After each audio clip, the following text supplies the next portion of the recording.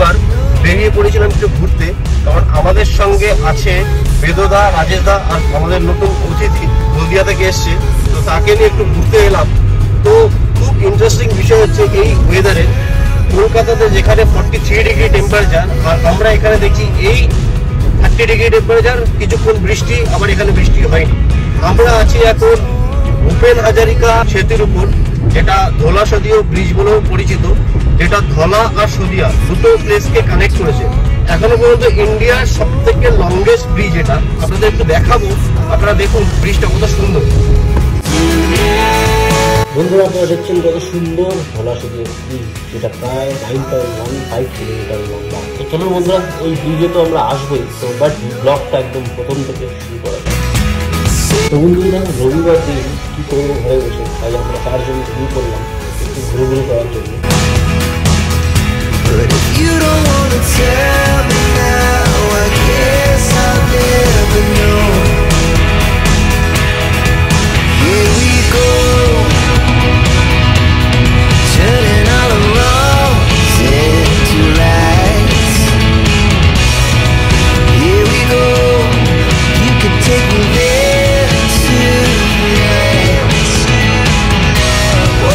দেখতে পাচ্ছেন আমরা কিছুক্ষণের মধ্যে পৌঁছে যাবো ধলা সদিয়া ব্রিজ।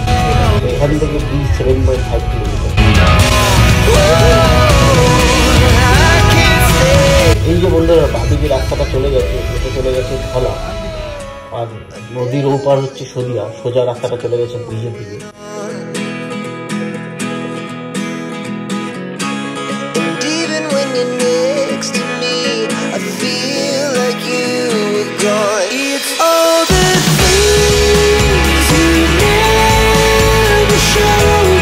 কত সুন্দর লাগছে ওয়েদারটা। আরে বৃষ্টি নেমে এলো ভাই, কি বলবো।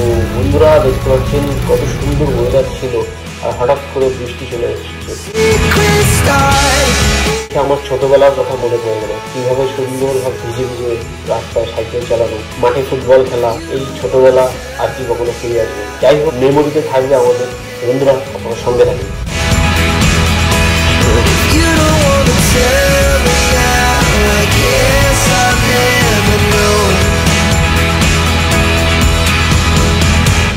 বন্ধুরা এই যে লোকেশনটা দেখছেন, এখান থেকে জাস্ট ব্রিজটা স্টার্ট হলো, লোহিত রিভারের উপর থেকে চলে গেছে এই ব্রিজটা, কানেক্ট করেছে অরুণাচলকে। আপনারা কত সুন্দর দেখছেন।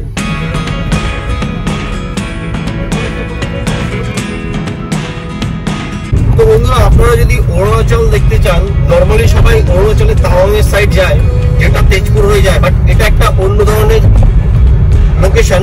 এখান থেকে আপনারা সোজা চলে যাবেন অনিনি এবং পরশুরামপুর, সব এদিকেই আছে তেজু হয়ে। আপনারা দেখছেন কত সুন্দর প্রকৃতির সৌন্দর্য। হঠাৎ করে বৃষ্টি নেমে, আবার এখানে বৃষ্টি নেই।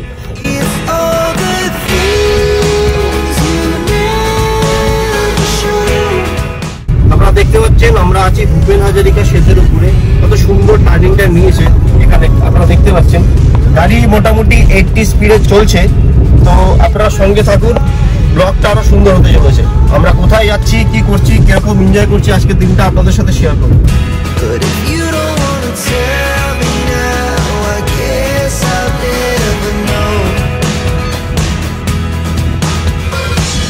এই যে আপনারা দেখতে পাচ্ছেন পুরো জলের ভর্তি। শীতকালে কিন্তু এই জলের লেভেল অনেক কম থাকে। আমরা এসেছিলাম এখানে পিকনিক করতে, সেই ভিডিও আমার চ্যানেলে আছে, আপনারা চাইলে উপরে দেখতে পারেন। আই বাটনে এবং নিচে ডেসক্রিপশনের লিঙ্ক আপনারা পেয়ে যাবেন।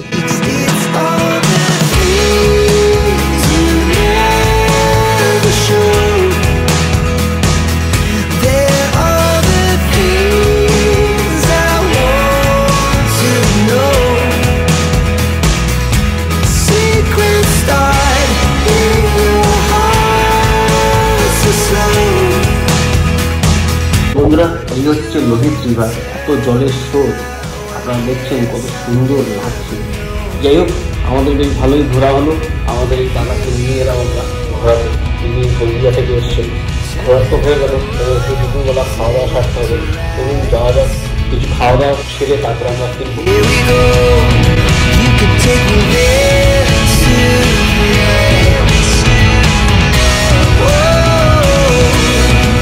This life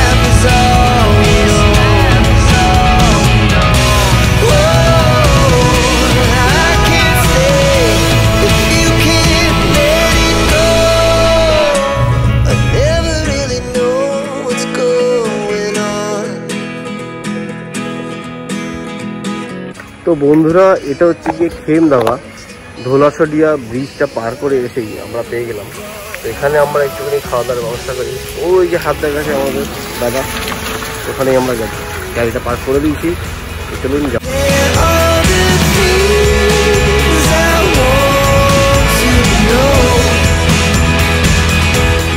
এখানে কি কি আছে? এখানে দেখতে পাচ্ছেন এটা কারি পাতা,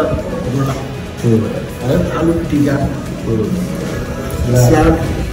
এটা লোকের চাটনি, রসুন চাটনি, আদা চাটনি, এটা পুদিনা চাটনি, এটা হলো তিল দিয়ে বানানো মটর।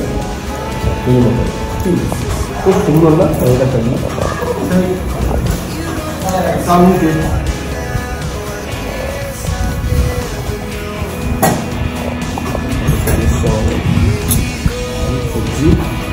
আজকে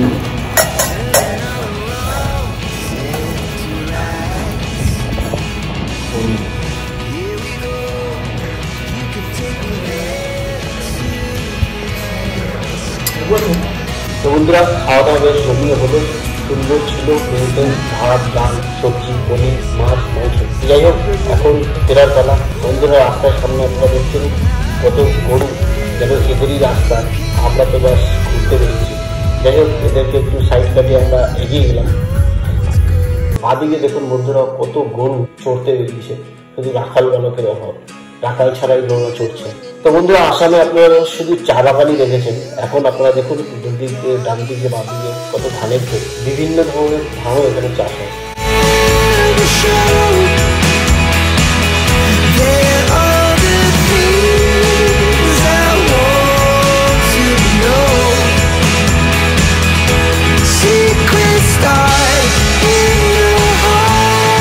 ভিডিওটা যদি আপনাদের ভালো লেগে থাকে, ভিডিওটাকে লাইক এবং চ্যানেলটাকে সাবস্ক্রাইব করে যে বেল আইকনটাকে প্রেস করে দেবেন, যাতে আমার পরবর্তী ভিডিওর নোটিফিকেশন আপনি পেয়ে যাবেন। আর এইভাবেই বন্ধুরা আমাকে সাপোর্ট করুন আর সঙ্গে থাকুন।